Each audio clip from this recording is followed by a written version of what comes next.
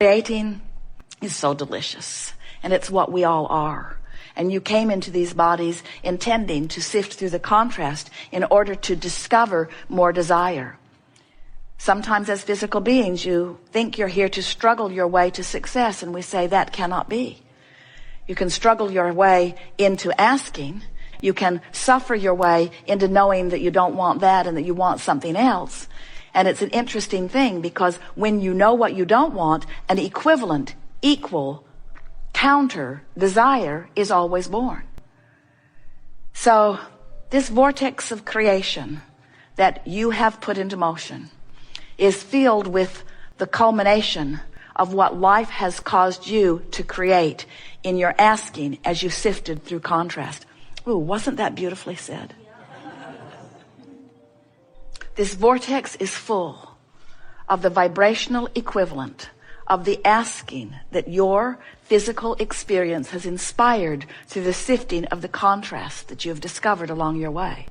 You've created a vibrational reality that you hold ownership to, that stands in readiness for you, that waits for you eternally. We think you should get it now, however. We don't think that you should wait anymore. We think it's time for you to get into the vortex and begin to reap the reward, to find the answers, to solve the problems, to feel the exhilaration, to be the being who you have created. We think it's time. And otherwise you can do it when you croak. It's your call. We are eager to talk with you about anything that is important to you. It is our desire to coax you into the vortex.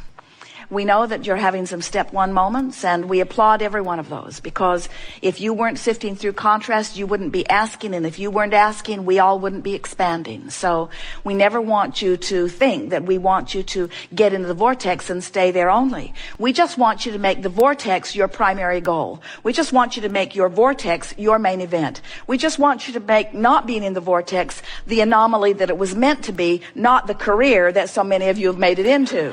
In other words, you did not plan to make step one your life's work. If you watch television or listen to those, it is so interesting how people are so drawn to catastrophes, to the problems of life. And we say, you didn't plan on spending so much time on that part of physical experience. It doesn't matter. It's not slowing things down. All you're doing is putting more into the vortex. And then those who get into the vortex are having richer, fuller experiences. But this is the time of awakening. This is a time when more will be inspired by you and those like you to discover their vortex. This is the time of awakening to the power and passion and love and good feeling life that you all deserve. Those that were there when you were born, most of them had forgotten that. And so they tried to teach you that your most important relationship was with them. Do what pleases me and life will go better for you. So when you see this smile, do more of that. And when you see this frown, back away quickly. And if you follow the indicator of pleasing me, then you'll be rewarded. On the heels of my smiles will come your reward. On the heels of my frown will come your punishment. And without meaning to, they trained you, one after the other of them, into really caring what they think about you. Few people are consistently in the vortex. All of you have been in there often, and all of you recognize that momentary feeling of elation of moving from out to in. In other words, it's always a feeling of rush. It's a feeling of passion. It's a feeling of well-being. It's a feeling of such satisfaction. All of you have done it, but few of you do it deliberately, and almost none of you do it consistently. Most of you are looking around waiting for some condition to spike up to be so rewarding that all you have to do is look at it and, you're in the vortex. That newborn baby puts me right there. Have another one.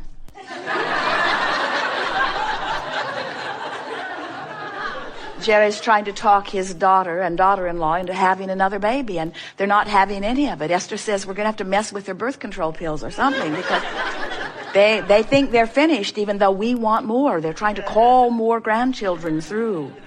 Because that newborn baby, that little one freshly here, that one still tuned in, tapped in, turned on, that one who is still willing to color with Jerry.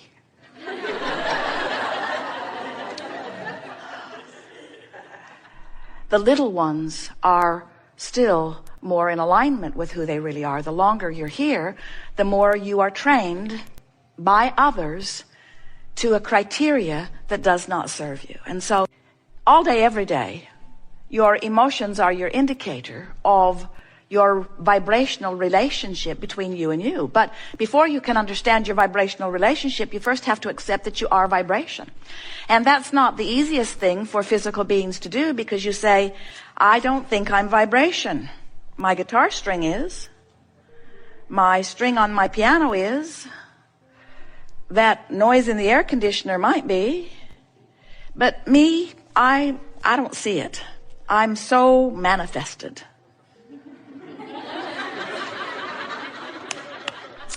I'm bloody, I'm bony, I'm fleshy, I'm material, but I don't get my vibration. And we say, well, pay a little closer attention. What you see is an interpretation of vibration, because vision is vibration. What you hear is vibration. Oh, you sort of get that. You've heard about that eardrum and the vibration of it, and the child hugging the vacuum cleaner and so forth. In other words, you hear stories of vibration and you relate it. But we want you to know that all of your physical senses are your interpretation of vibration. So you poignantly understand your time-space reality. But you are vibrational beings. And if you weren't vibrational beings, you would not exist. And if you weren't good at being vibrational beings, you wouldn't exist in this exaggerated and blissful physical leading edge time-space reality form. In other words, you are vibrational beings. And the reason we want to get your attention about that is because you're really good at seeing and hearing and tasting and smelling and touching. You get that. You haven't thought about it as being, you say, I think I'll go and vibrationally interpret these roses. You just stick your nose in and take a big whiff. You usually don't understand that your emotions are vibrational indicators either, but they are. They are the most sophisticated, supreme vibrational indicators, and what they are indicating is the only thing that ever matters to you. They are indicating your relationship with you, which is the only thing that is any of your business. Your relationship with you.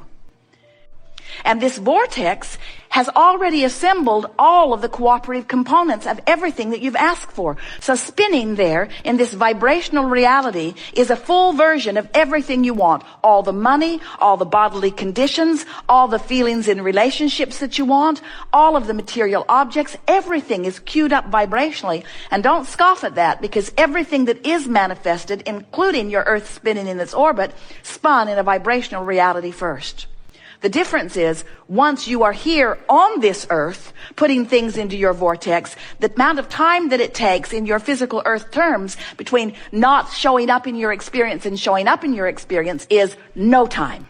When you become a match to the vibrational vortex and all of those cooperative components that have been assembled, when you become a vibrational match to that, it is instantaneous. In the moment that you stop the resistance, the trail lights up. Now, we want you to understand that as creators, the lighted up trail is what you're looking for. You really don't want the instant manifestation. Can you imagine the absence of satisfaction that a sculptor would have if in the moment he touched the clay, it just became the statue? There's a clump, there's a clump, there's a clump, there's a clump, there's a clump. He wants to mold it. He wants to let it evolve. He wants to discover it. He wants to be part of it. And so do you. So when you get into the vortex, we're not saying that you will have an instant manifestation of what you want, although sometimes it seems that fast to you in relative terms. What we are saying is, when you get into the vortex, the trail lights up, your feeling of empowerment ensues, and the details begin to unfold as you follow the path and let your creative mind take you blissfully on the path of becoming that you have set into motion even before you stepped foot into this physical body. So when you feel negative emotion about the absence of something you want, it isn't that you don't have that car or that lover or that pile of money or that situation or that work environment that you're seeking. That's not why you're feeling the negative emotion. You're not feeling negative emotion because of the absence of the thing you want, or even the event you want, or even the experience you want. You're feeling negative emotion because of the not allowing the complete blending between you and you. You are the creator of you in the car, of you in the experience, of you in the relationship. You can't separate you from what you are creating. You are the creator of you, and you are the creator of no one other than you. You are the creator of you.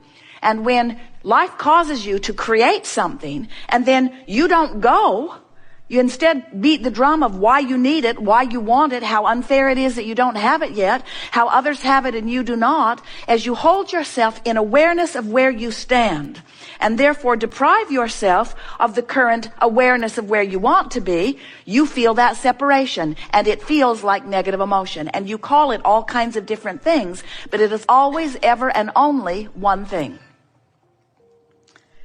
It is always, ever, and only one thing. It is the indication of your not allowing you to be in your physical body what you in your vibrational body are. You in your spiritual body are. You in your dominant body are. So when you get it that you are vibrational beings and that your emotions are your indicator of your alignment, and you mind your own business, which means you mind your own gap, and you don't put so much weight on what's going on with others, and you don't try to please them, even if they employ you, even if they have some sense of what you call control over you, if you will let go of your desire to please any other and you will replace it with your desire to be in the vortex, we promise you, every relationship you have will improve, and you will thrive in ways that those not in the vortex cannot even begin to understand. When someone is rude to you, you ask for an improved experience. When you're rude, you ask for an improved experience. When you don't have enough of something you want, you ask for an improved experience. When you're sick, you ask for an improved experience. Even if you are a one-celled organism, you are having a physical experience and exposure to life that is causing you to ask for improvement. That's what the evolution of all species is about, you see. And so when you ask vibrationally, and source energy receives the request and knows there is no one, you or the one-celled organism, in a better position to know what would be an improved situation than you out here on this leading edge. And therefore, when you ask, source becomes it. We've written a book a few years ago, giving it what we considered to be the best title ever, Ask and It Is Given. A fuller explanation would be ask, and the non-physical part of you, the dominant part of you, becomes the vibrational equivalent of what you're asking for, and hold steady that vibration until you find vibrational alignment with it. Until you pay attention to how you feel, until you care enough to feel good, that you reach for the thought that harmonizes, that blends, that synthesizes, that unites with the vibration of what you've asked for. That's what this gathering is about. We've been calling it the art of allowing for a long time. And it really is the art of awareness, the art of being aware of my emotions, the art of awareness of my two vibrational aspects, the art of allowing, because I'm aware of my two vibrational aspects and because I'm aware of the way I feel, the art of focusing myself into alignment with who I really am, and therefore allowing the fullness of who I am to flow through me in this moment, rather than looking for something externally, whether it's another person, a telephone call, a counselor, a mother, rather than asking some other person or some place to be the reason you go into your vortex. We want you to be the reason you go into your vortex. And we want the reason to be because it feels good and I can.